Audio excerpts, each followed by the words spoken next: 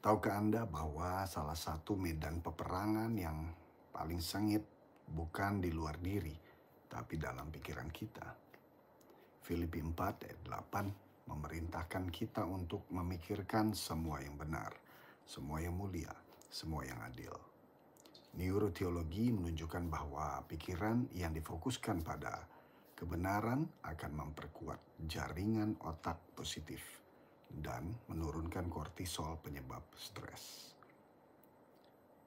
Alkitab berkata, Filipi 4 ayat 8, jadi akhirnya saudara-saudara, semua yang benar, semua yang mulia, semua yang adil, semua yang suci, semua yang manis, semua yang sedap didengar, semua yang disebut kebajikan dan patut dipuji, pikirkanlah semua itu.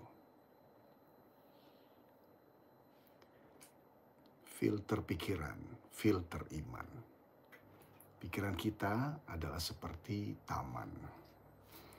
Yang Anda tanam akan tumbuh.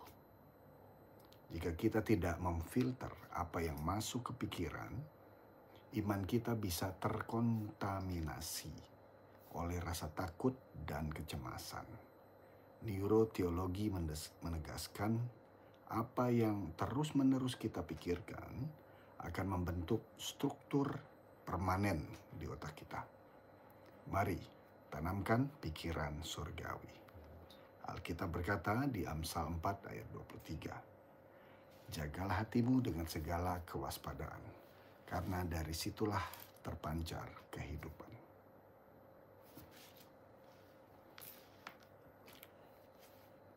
Kebenaran mengalahkan kepalsuan pikiran. Setan tidak perlu menghancurkan hidup Anda. Cukup dengan membuat Anda percaya pada kebohongan. Filipi 4 ayat 8 menuntun kita untuk memikirkan yang benar. Neuroscience membuktikan bahwa berpikir yang benar secara konsisten bisa mengalihkan otak dari trauma menuju pemulihan. Firman Tuhan adalah kebenaran yang menyembuhkan. Alkitab berkata, Yohanes 17 ayat 17, kuduskanlah mereka dalam kebenaran. Firman-Mu adalah kebenaran.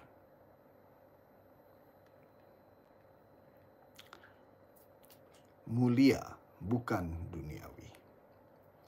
Apa yang kita anggap mulia seringkali berbeda dengan standarnya Tuhan. Dunia memuliakan kekuasaan dan kemewahan. Tuhan memuliakan kerendahan hati dan kasih. Memusatkan pikiran pada yang mulia berarti mengarahkan hidup kita kepada hal-hal yang membawa kemuliaan bagi Tuhan. Otak kita dirancang untuk mengalami sukacita tertinggi saat terhubung dengan hal-hal yang mulia secara spiritual. Di Roma 12 ayat 2 mengatakan, janganlah kamu menjadi serupa dengan dunia ini, tetapi berubahlah oleh pembaruan budimu, sehingga kamu dapat membedakan manakah kehendak Allah yang baik, yang berkenan kepada Allah, dan yang sempurna. Keadilan sebagai penjaga pikiran. Keadilan bukan hanya urusan sosial, tapi juga personal. Ketika kita memikirkan yang adil, kita sedang membentuk empati, kasih, dan kepekaan terhadap kebenaran. Neuroteologi menegaskan otak yang dibentuk oleh prinsip keadilan lebih stabil dan sehat. Pikiran yang adil menciptakan tindakan yang adil. Di Mika 6 ayat 8, telah diberitahukan kepadamu, hai manusia, apa yang baik, dan apakah yang dituntut Tuhan daripadamu selain berlaku adil, mencintai kesetiaan, dan hidup dengan rendah hati di hadapan Allahmu?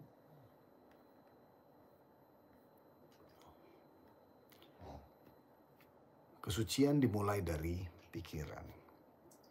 Kesucian bukan hanya soal perilaku, tapi dimulai dari pikiran.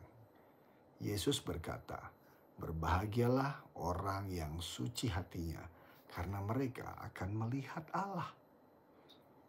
Neuroteologi menyatakan bahwa pikiran yang dipenuhi dengan kesucian memperkuat pusat pengambilan keputusan dan kontrol diri di otak. Hati yang suci menciptakan hidup yang penuh damai. Matius 5 ayat 8. Berbahagialah orang yang suci hatinya, karena mereka akan melihat Allah. Manisnya pikiran yang diperbarui. Apa yang manis menurut dunia belum tentu sehat bagi jiwa. Tetapi ketika kita merenungkan firman Tuhan dan kasih Tuhan, otak kita merespon dengan hormon kebahagiaan alami seperti dopamin dan serotonin. Pikiran yang dipenuhi kebaikan akan menghasilkan perkataan yang membangun. Mazmur 19 ayat 11. Perintah Tuhan itu tepat, menyukakan hati. Perintah Tuhan itu murni, membuat mata bercahaya.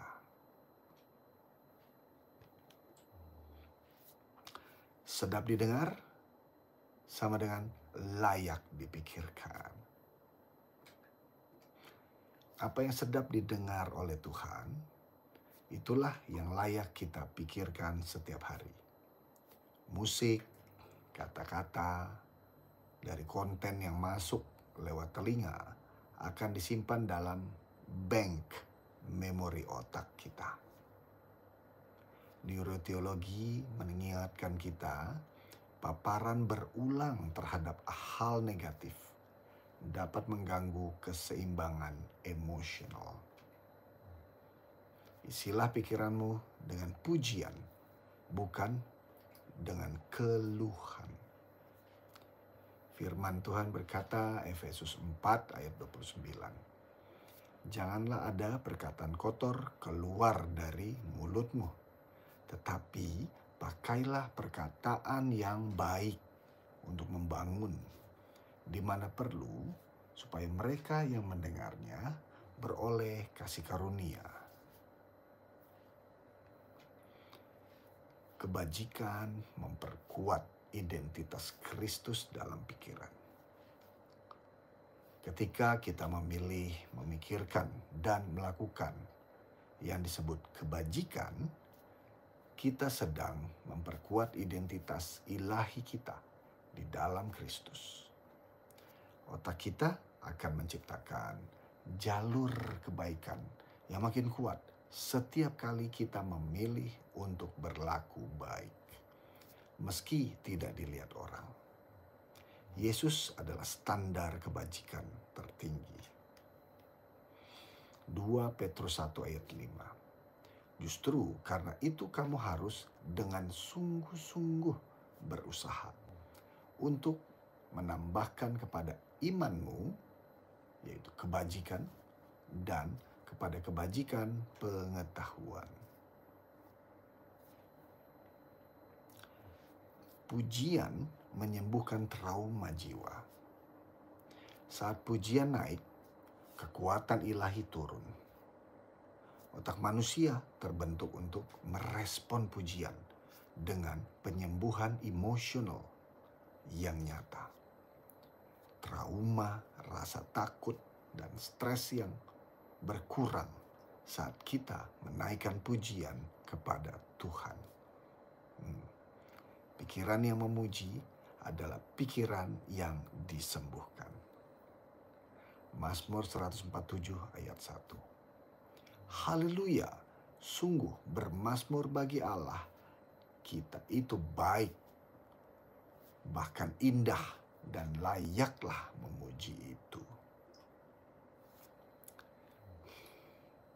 Keren. Tuhan mengendalikan badai dalam pikiranmu. Kadang pikiran kita seperti laut yang bergelora, penuh kecemasan, ketakutan, dan kebingungan. Tetapi Yesus adalah Raja atas badai. Ketika kita menyerahkan kekhawatiran kepadanya, badai dalam pikiran pun diredakan. Neuroteologi membuktikan bahwa doa dan iman mengaktifkan bagian otak yang menenangkan sistem saraf. Ada dalam Markus 4 ayat 39. Ia pun bangun, menghardik angin itu, dan berkata kepada danau itu, "Diam, tenanglah." Lalu angin itu reda, dan danau itu menjadi teduh sekali. Kuasa Tuhan dalam ketekunan pikiran. Pikiran yang tekun adalah pikiran yang tidak menyerah kepada kegagalan dan kepada trauma masa lalu.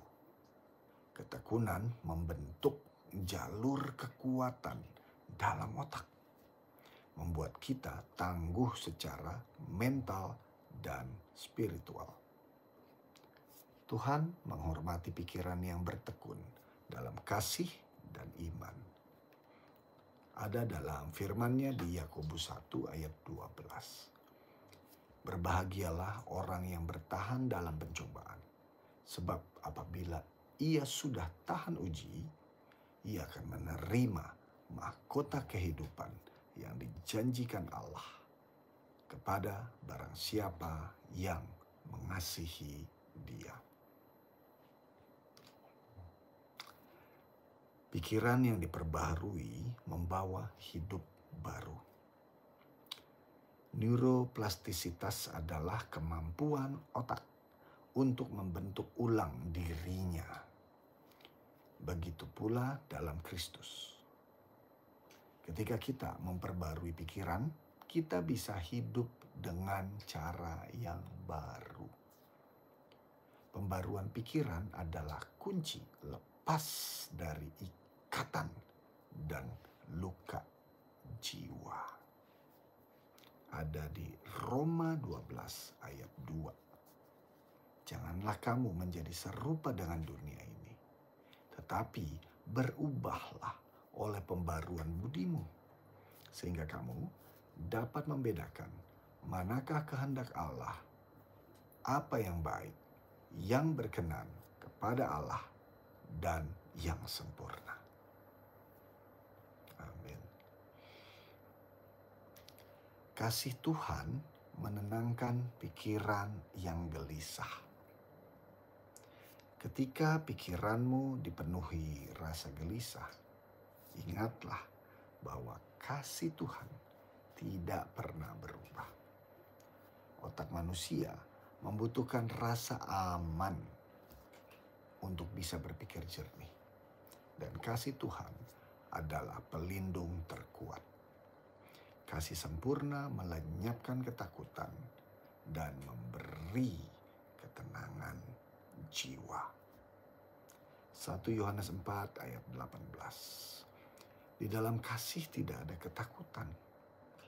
Kasih yang sempurna melenyapkan ketakutan. Sebab ketakutan mengandung hukuman, dan barang siapa takut, ia tidak sempurna di dalam kasih. Mengisi pikiran dengan firman adalah gaya hidup orang percaya.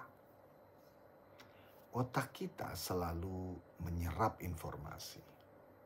Pertanyaannya adalah, apa yang kita masukkan ke dalam otak kita? Firman Tuhan bukan hanya untuk dibaca, tapi untuk dipikirkan siang dan malam. Firman membentuk sistem kepercayaan yang sehat, melindungi kita dari tipu daya. Yosua 1 ayat 18. Janganlah engkau lupa memperkatakan kitab Taurat ini, tetapi renungkanlah itu siang dan malam, supaya engkau bertindak hati-hati sesuai dengan segala yang tertulis di dalamnya. Sebab dengan demikian perjalananmu akan berhasil dan engkau akan beruntung. Amin. Tenang di tengah tekanan. Dalam dunia yang penuh tekanan, otak mudah masuk ke mode flight or fight. Cabut, kabur, atau bertarung. Namun Roh Kudus mengundang kita untuk mengalami shalom, ketenangan ilahi yang melampaui logika. Tenang bukan berarti lemah, tapi menunjukkan kepercayaan pada kuasa Allah yang memelihara. Mazmur 46 ayat 11 mengatakan, diamlah dan ketahuilah bahwa akulah Allah. Aku ditinggikan di antara bangsa-bangsa, ditinggikan di bumi. Amin. Pikiran Kristus dalam dirimu. Bayangkan jika kamu bisa berpikir seperti Kristus, penuh kasih, bijaksana, tidak reaktif, dan selalu taat. Kabar baiknya, kita bisa memiliki pikiran Kristus. Ini bukan teori, ini adalah realitas rohani yang mengubah sistem syaraf dan cara kita merespon masalah dan memproses masalah. 1 Korintus 2 ayat 16. Sebab siapakah yang mengetahui pikiran Tuhan sehingga ia dapat menasehati dia? Tetapi kami memiliki pikiran Kristus. Melepaskan luka, menyembuhkan jiwa. Luka batin mengganggu kesehatan mental dan menumpuk dalam memori bawah sadar, subconscious mind.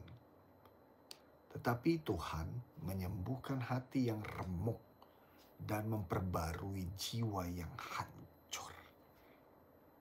Saat kita melepaskan pengampunan, otak pun mengalami pemulihan melalui kasih ilahi. Mazmur 147 ayat 3. Ia menyembuhkan orang-orang yang patah hati dan membalut luka mereka. Amin. Jangan percaya semua pikiranmu. Tidak semua pikiran berasal dari Tuhan. Beberapa lahir dari trauma, kebohongan, masa lalu, atau siasat iblis. Firman Tuhan adalah filter yang menyaring mana yang benar dan mana yang harus dibuang. Mental yang sehat tahu kapan harus berkata, itu bukan dari Tuhan. Ya. 2 Korintus 10 ayat 5. Kami mematahkan setiap siasat orang dan merobohkan setiap kubu yang dibangun oleh keangkuhan manusia untuk menentang pengenalan akan Allah. Kami menawan segala pikiran dan menaklukkannya kepada Kristus. Amin. Puji-pujian mengubah suasana hati dan otak. Puji-pujian bukan sekedar ekspresi emosional. Puji-pujian atau worship adalah senjata rohani. Praise and worship. Sains membuktikan bahwa menyanyi dan bersyukur melepaskan hormon dopamin dan serotonin, yaitu hormon kebahagiaan. Dalam roh, pujian membuka surga dan mengusir kegelapan jiwa. Yesaya 6 ayat 3 Yesaya 61 ayat 3. Untuk mengaruniakan kepada mereka perhiasan kepala ganti abu, minyak untuk pesta ganti kain kabung, pujian ganti semangat yang pudar, supaya orang menyebutkan mereka pohon terbantin kebenaran, tanaman Tuhan, untuk memperlihatkan keagungannya. Amin. Puji nama Tuhan. Ubah pola pikir, ubah hidupmu. Otak kita memiliki plastisitas, artinya bisa berubah. Firman Tuhan menegaskan bahwa perubahan hidup dimulai dari pembaruan pikiran. Dengan menyerap kebenaran Alkitab, kita membongkar pola pikir lama dan membangun fondasi pikiran Kristus yang baru. Ada di Roma 12 ayat 2. Janganlah kamu menjadi serupa dengan dunia ini, tetapi berubahlah oleh pembaruan budimu, sehingga kamu dapat membedakan mana yang kehendak Allah, apa yang baik, yang berkenan kepada Allah, dan yang sempurna. Amin ya. Ketenangan adalah kekuatan. Ketika hati kita tenang, sistem syaraf, yaitu parasimpatik, diaktifkan, menenangkan detak jantung, tekanan darah, dan pikiran yang kacau. Wah, penting ya. Alkitab mengajarkan bahwa ketenangan berasal dari tinggal dalam hadirat Allah. Itulah kekuatan sejati, tenang dalam badai. Yesaya 30 ayat 15. Sebab beginilah firman Tuhan Allah, yang Maha Kudus, Allah Israel. Dengan bertobat dan tinggal diam, kamu akan diselamatkan. Dalam tinggal tenang dan percaya terletak kekuatanmu.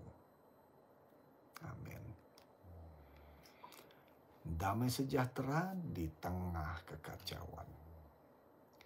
Dunia bisa ribut, hidup bisa berantakan. Tapi damai sejahtera Kristus tidak bergantung pada keadaan. Damainya menjaga hati dan pikiran kita seperti penjaga di gerbang kota. Itulah ketenangan yang menaklukkan kekacauan batin. Filipi 4 ayat 7. Damai sejahtera Allah yang melampaui segala akal akan memelihara hati dan pikiranmu dalam Kristus Yesus. Amin ya. Hadapi ketakutan dengan iman. Takut adalah alarm sistem dari otak untuk perlindungan, tapi tidak boleh menguasai hidup kita. Firman Tuhan menenangkan amigdala, bagian otak yang memicu kecemasan. Iman mengusir ketakutan dan membawa kebenaran ilahi. Firman Tuhan berkata, Yesaya 41 ayat 10. Janganlah takut, sebab aku menyertai engkau. Janganlah bimbang, sebab aku ini Allahmu. Aku akan meneguhkan, bahkan akan menolong engkau. Aku akan memegang engkau dengan tangan kananku yang membawa kemenangan. Amin. Fokus pada hal-hal yang baik. Apa yang kamu pikirkan setiap hari akan membentuk koneksi otakmu. Oleh sebab itu, fokuskan pikiran pada hal-hal yang benar, mulia, dan penuh kasih karunia. Alkitab memberi kita filter mental, ada filternya, agar tidak tenggelam dalam pikiran negatif. Filipi 4 ayat 8. Jadi akhirnya, saudara-saudara, semua yang benar, semua yang mulia, semua yang adil, semua yang suci, semua yang manis, semua yang sedap didengar, semua yang disebut kebajikan dan patut dipuji, pikirkanlah semua itu. Amin. Tersenyum di tengah proses. Senyuman bukan hanya ekspresi wajah. Itu adalah sinyal ke otak bahwa segala sesuatu baik-baik saja. Sukacita sejati bukan berasal dari keadaan, tapi dari relasi dengan Tuhan. Ketika kita bersukacita di dalam Dia, kekuatan kita dipulihkan. Nehemia 8 ayat 11b. Jangan kamu bersusah hati, sebab sukacita karena Tuhan itulah perlindunganmu. Amin. Tuhan peduli pada air matamu. Setiap tetes air mata membawa pesan emosi yang mendalam. Otak mencatat rasa sakit, tapi Tuhan menyimpannya dalam kirbat kasih-Nya. Dia tidak melupakan tangismu. Setiap tetes air matamu berharga di mata Tuhan. Mazmur 56 ayat 9. Air mataku kau taruh dalam kirbatmu. Bukankah semuanya telah kau daftarkan? Amin. Kamu tidak sendirian. Kesepian bisa mengaktifkan area otak yang sama seperti rasa sakit fisik. Ya, rasa sakit fisik. Namun kehadiran Allah membawa pemulihan dan kelegaan. Dia tidak pernah meninggalkanmu, bahkan ketika semuanya menjauh. Alkitab berkata, Ibrani 13 ayat 5b. Aku sekali-kali tidak akan membiarkan engkau, dan aku sekali-kali tidak akan meninggalkan engkau. Amin. Berhenti, dengarkan, tenang. Otak kita terbiasa dengan kebisingan. Informasi tiada berhenti. Overload information. Namun, justru dalam keheningan, kita belajar mendengar suaranya. Diam adalah tempat penyembuhan bagi jiwa yang lelah. Alkitab berkata, Mazmur 46 ayat 11. Diamlah dan ketahuilah bahwa akulah Allah.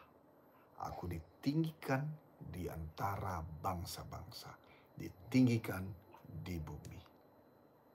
Amin. Tuhan menyembuhkan yang patah hati. Patah hati bukan hanya metafora. Itu nyata di dalam otak dan tubuh.